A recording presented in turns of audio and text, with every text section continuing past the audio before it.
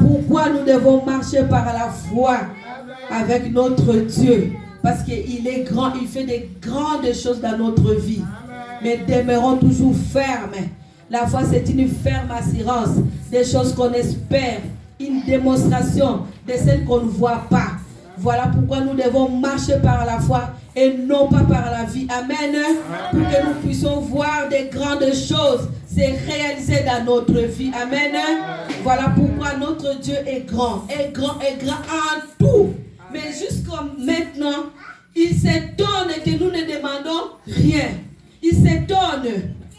Il a dit même que nous ferons des grandes choses.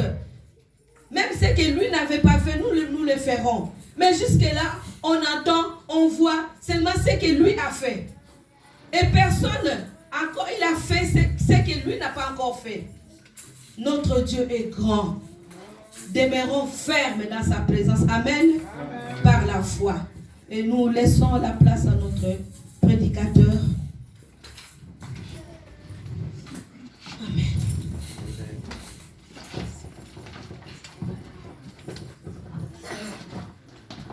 Merci à l'équipe de louange, que Dieu vous bénisse. Merci aussi à l'officiante. Shalom, bien-aimés dans le Seigneur. Shalom. Shalom encore. Grande est notre joie de nous retrouver dans la présence du Seigneur. Amen. Chaque jour qui passe, Dieu agit, Dieu se manifeste. Nous rendons grâce à Dieu pour notre sœur Aminata qui a été dotée cette semaine et hier c'était le mariage civil. Elle vient d'envoyer les photos qui viennent juste d'arriver. Nous allons les publier après les cultes sur la page du groupe. Gloire au Seigneur qui écoute et qui exauce la prière. Bénissons aussi le Seigneur pour les gens qui sont déjà sur place pour entourer notre sœur Aminata.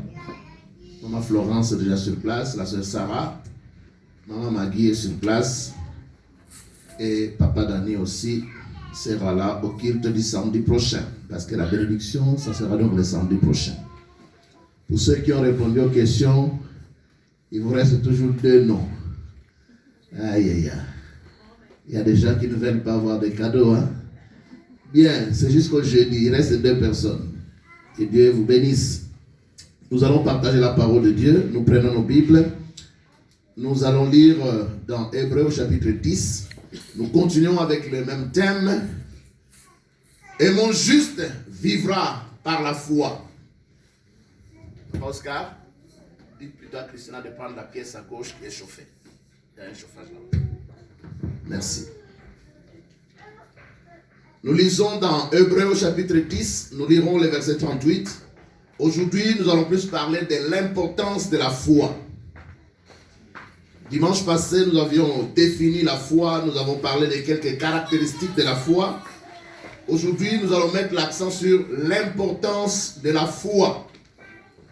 L'importance de la foi dans notre relation avec Dieu. L'importance de la foi dans notre relation avec Dieu. Et nous lisons dans Hébreux chapitre 10, verset 38.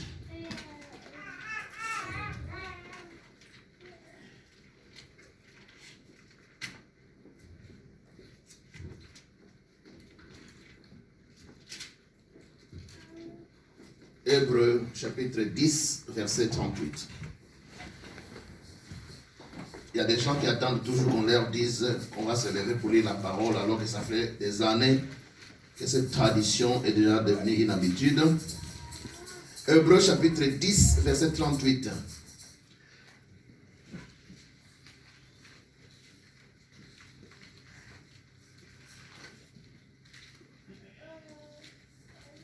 Et mon juste vivra par la foi. Mais s'il se retire, mon âme ne prend pas plaisir en lui. Je reprends, et mon juste vivra par la foi. Merci. Nous allons reprendre nos places. Tout le monde dit avoir la foi. Tout le monde dit croire en Dieu. Mais si l'auteur de cet épître a écrit aux descendants d'Héber, les Hébreux, que nous marchons par la foi, c'est parce que tout en croyant en Dieu, beaucoup de croyants à qui cet épître a été adressé, tout en croyant en Dieu, mais ils marchaient par la vue et non par la foi. Et mon juste vivra par la foi. La foi est très importante. La foi est indispensable dans notre relation avec Dieu. Dieu est invisible. Qui a déjà vu Dieu? Alors, comment pouvez-vous marcher avec quelqu'un que vous ne voyez pas si vous continuez à marcher par la vue? Dieu est invisible. Dieu existe, mais il est invisible. C'est par la foi que nous pouvons marcher avec lui. Vous savez, la foi est très importante. Elle est capitale, elle est indispensable. Même par rapport à votre salut, si vous ne savez pas que vous avez été sauvé par la foi, même tout en étant croyant, vous vivrez toujours dans l'insécurité dans les domaines spirituels. La foi magnifie la grâce. La vue met l'accent sur les œuvres. C'est pourquoi l'écrivain de cet épître, ce n'est pas l'apôtre Paul, hein? C'est lui qui a écrit cet épître. Il voulait que les croyants, les descendants d'Héber, les Hébreux, comme nous avons dit le dimanche passé, tous les premiers disciples de Jésus étaient des Juifs. Et donc ils viennent de l'arrière-plan où ils avaient une religion qui avait plus de 600 préceptes.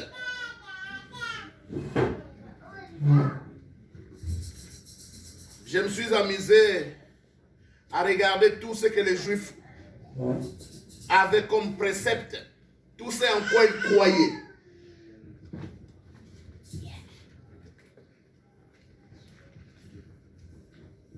Les Juifs, un peu comme nous, qui venons d'un arrière-plan animiste, les Africains, un peu comme les Juifs, viennent d'un arrière-plan qu'on appelle animiste, c'est-à-dire l'Africain croit à l'existence d'un être suprême, quel que soit le nom qu'on donne, Zamampungu, ainsi de suite.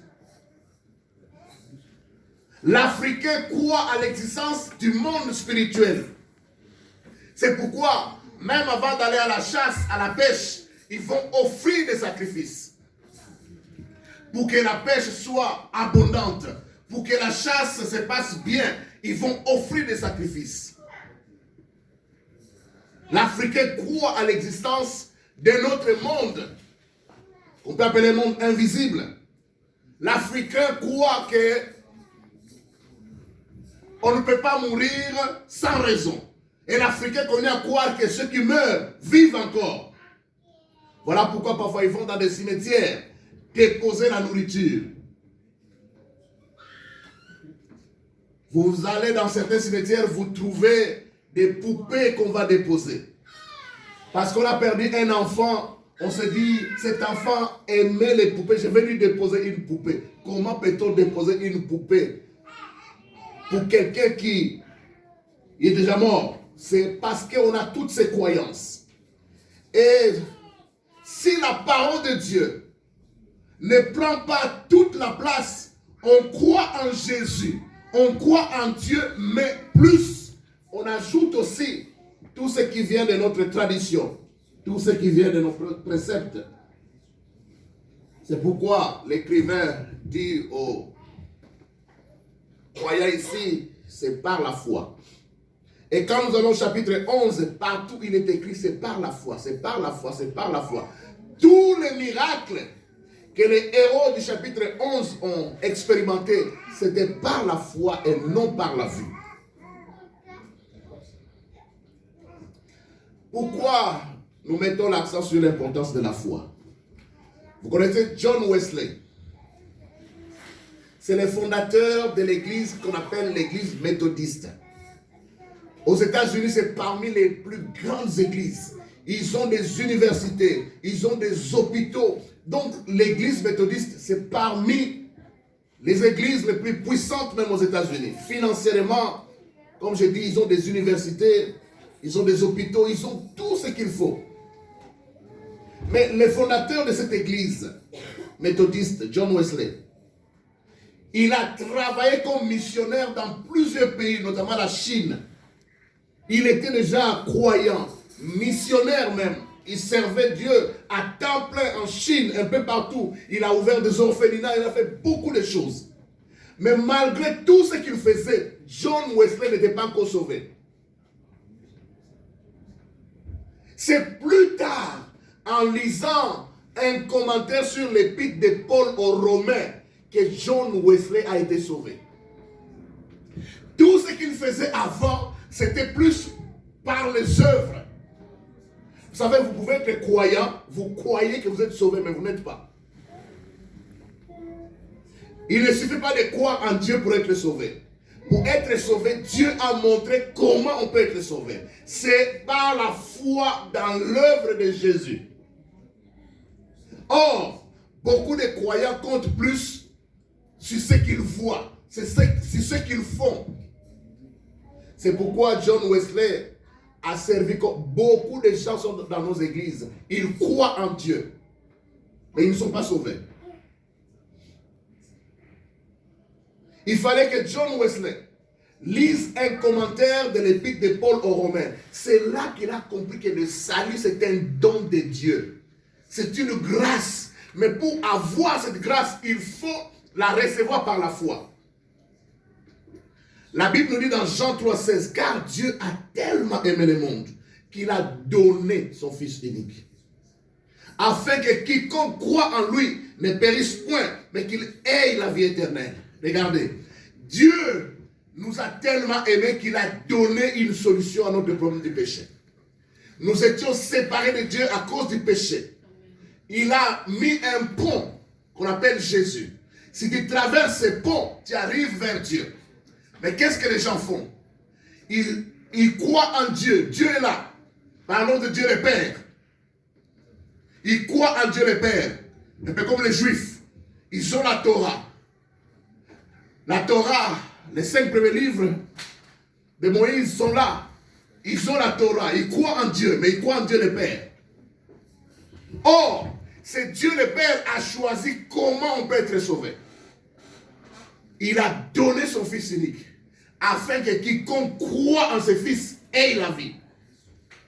Mais si tu ne crois qu'en Dieu le Père, mais tu ne passes pas par les ponts qu'il a tracés, tu es simple croyant, mais tu n'es pas sauvé. Et donc, ces Juifs avaient plusieurs rites dans leur religion. Nous avons 2 seulement rites que nous pouvons considérer comme rites. Dieu, dans le Nouveau Testament, nous a donné 2 rites seulement. 2 cérémonies, c'est quoi? Hein? Quelles sont les 2 cérémonies du Nouveau Testament? Vous me regardez comme ça? Quelles sont les 2 cérémonies? Quels sont les 2 rites du Nouveau Testament? Baptême et Sainte Seine, point. Mais est-ce que le baptême et la Sainte Seine sauvent? Non. Mais vous allez voir les Juifs, ils croient être sauvés par les cérémonies, par les rites. Voilà pourquoi ceux qui ont suivi ces modèles-là, l'Église catholique romaine dit pour être sauvé, il faut les 7 sacrements.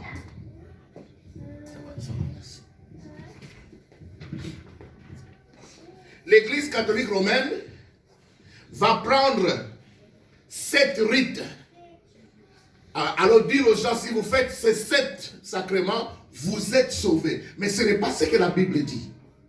Dieu a tellement aimé le monde qu'il a donné son Fils unique, Jésus, afin que quiconque croit ne périsse point, mais qu'il ait la vie éternelle. Donc, Dieu le Père nous a créés.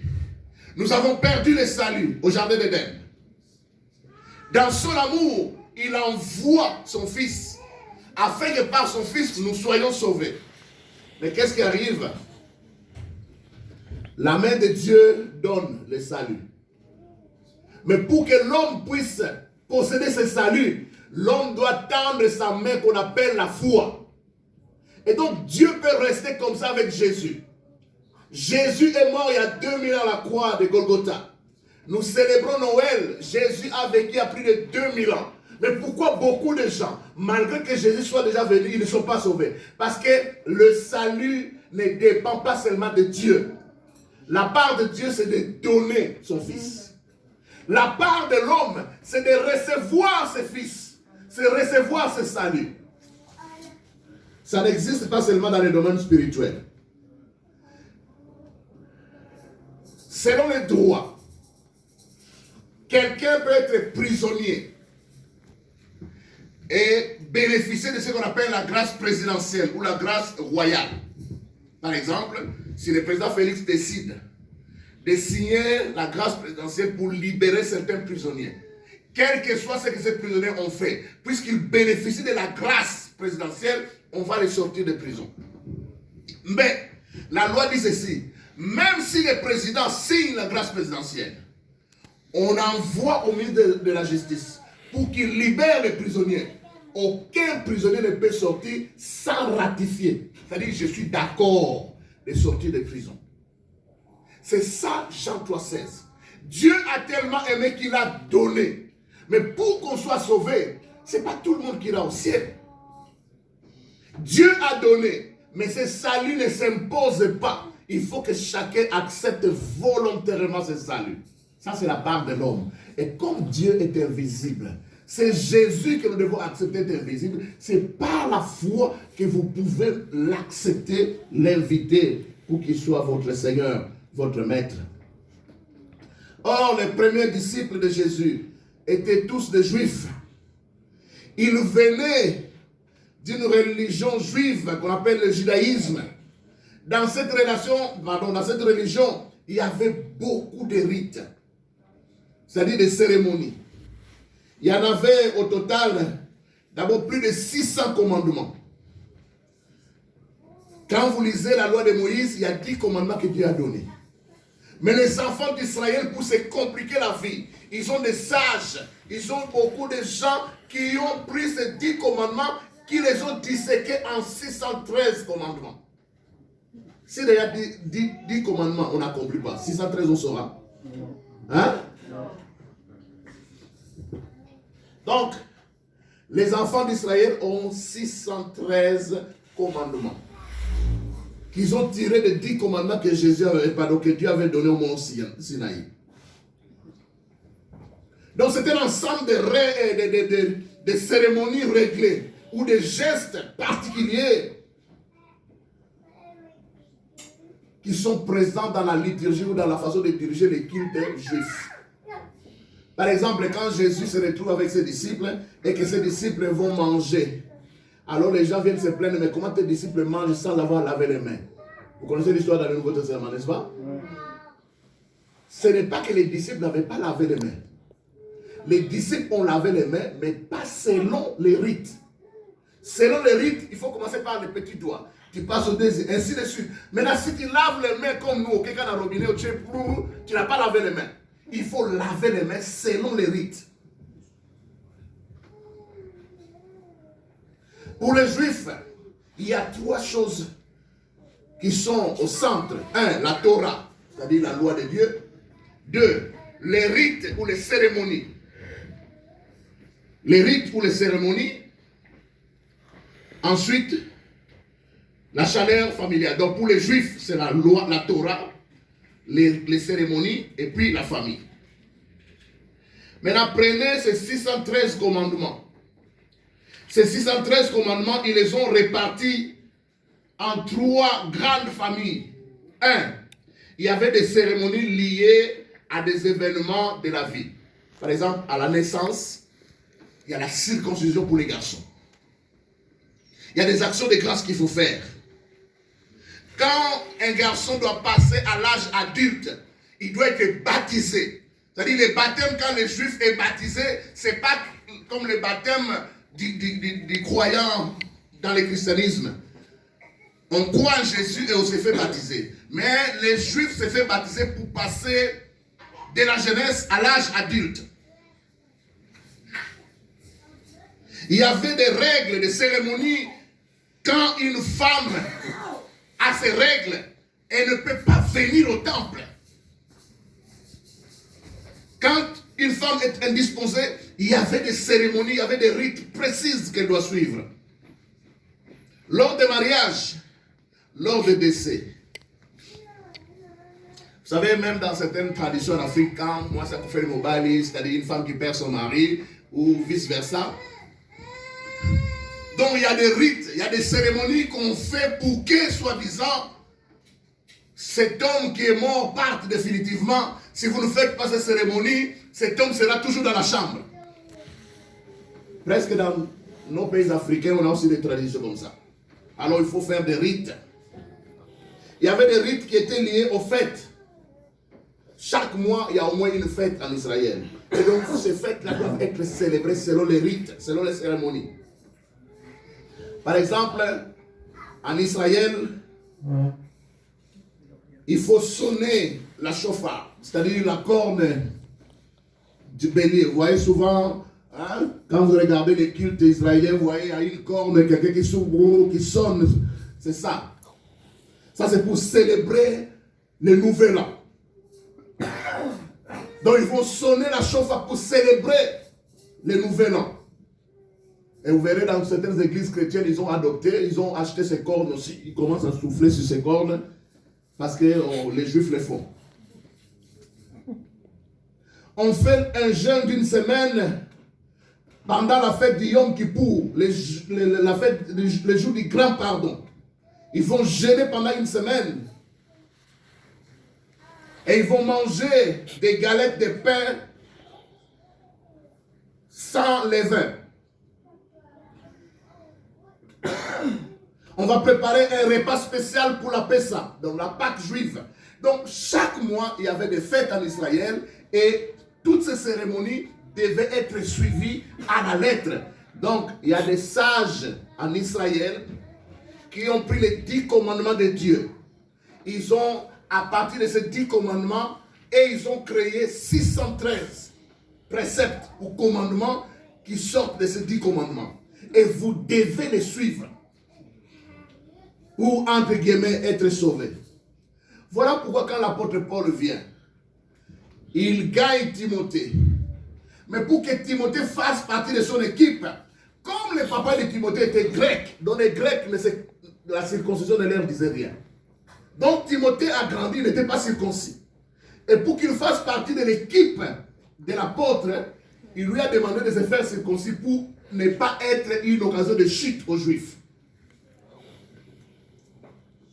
Donc les Juifs qui ont cru en Jésus, l'apôtre Paul va écrire l'épître aux Colossiens.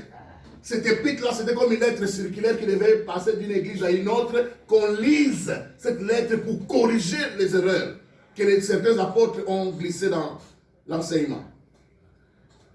Par exemple, l'apôtre Pierre, il est avec les païens, dans les non-juifs, il mange avec eux, tout se passe bien. Mais dès qu'il y a une délégation qui vient de Jérusalem où il y a des juifs, Pierre ne veut plus manger avec les païens. Sinon, les autres vont les juger. Alors Paul l'a repris. Paul l'a grondé publiquement. À cause de cette hypocrisie. Donc les juifs qui avaient cru en Dieu, en Jésus, ils disaient Jésus, oui, mais plus les rites. Est-ce que je me fais comprendre? Amen. J'ai cru en Jésus, oui, mais je dois ajouter biloko na biso na bokoko ya ba juif. Par exemple, tu peux croire en Jésus quand tu es juif, mais si tu n'es pas circoncis pour tu es païen. Voilà pourquoi celui qui écrit cette épître aux Hébreux il s'adresse à ces gens-là pour leur dire, c'est par la foi. Mon juste vivra par la foi, non par l'observance de tous ces 613 commandements. Et ils ont créé ce qu'ils ont appelé les Talmuds. Les Talmuds, c'est qu'il y a des savants, chacun a expliqué maintenant les 613 commandements. Ils ont mis ça dans ce qu'ils appellent les Talmuds. Donc, si tu es spécialiste de la religion juive, tu dois maîtriser les Talmuds là. Mais ça sont les explications des hommes. C'est pourquoi, quand Jésus était avec ces gens-là, il leur disait, il vous a été dit, mais moi je vous dis. Jésus n'a jamais dit, il est écrit à ces gens-là. Avec Satan, Jésus a dit, il est écrit. Parce que Satan est venu avec la parole. Mais les autres venaient avec leur tradition. Alors Jésus disait, il vous a été dit, non pas qu'il est écrit. Ce qui est écrit est normal dans la Torah. Mais les explications qu'on a mis dans les Talmuds n'ont rien à voir avec ce qui est écrit. C'est pourquoi Jésus avait plus de problèmes avec les Juifs. Et ils ont appris dans leurs Talmuds, dans leurs explications, des choses qui n'avaient rien à voir avec la parole. Et donc ils ont mis cette tradition au-dessus de la parole. Un peu comme dans l'église catholique romaine, où les bulles papales, ce que les papes déclarent, parfois c'est même au-dessus de la parole de Dieu. C'est par la foi. Frères, sœurs, si nous ne faisons pas attention, nous qui nous appelons protestants, nous sommes sortis de l'église catholique romaine, mais nous vivons par la foi, pas par la vie, et non par la foi. Surtout dans le domaine de la prière. Pourquoi les gens, quand ils prient, soit ils doivent crier, s'ils ne crient pas, ils ne pensent pas qu'il a prié. Pourquoi? C'est la vue. Je vais montrer à Dieu que je lui ai parlé. Vous savez, quand vous êtes en face de quelqu'un, vous parlez, vous faites des gestes, non? Parce que vous voulez que cette personne voit que vous lui parlez. Mais vous êtes en face d'un Dieu invisible, vous faites la même chose. Pourquoi? Parce que vous voulez qu'il voit. Parce que c'est souvent la vue qui nous influence. Et l'apôtre, l'écrivain ici dit, c'est par la foi. La foi est très importante, mes frères. Je disais, Dieu est invisible. Donc si vous choisissez de marcher avec ce Dieu invisible, Jésus dit dans Jean 4, verset 19 à 24, lisons ce verset. Jean chapitre 4.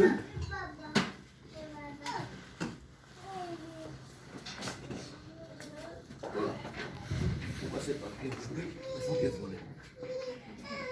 Il n'y a pas assez d'espace ici. Jean chapitre 4, c'est l'histoire de Jésus avec la Samaritaine. Hein?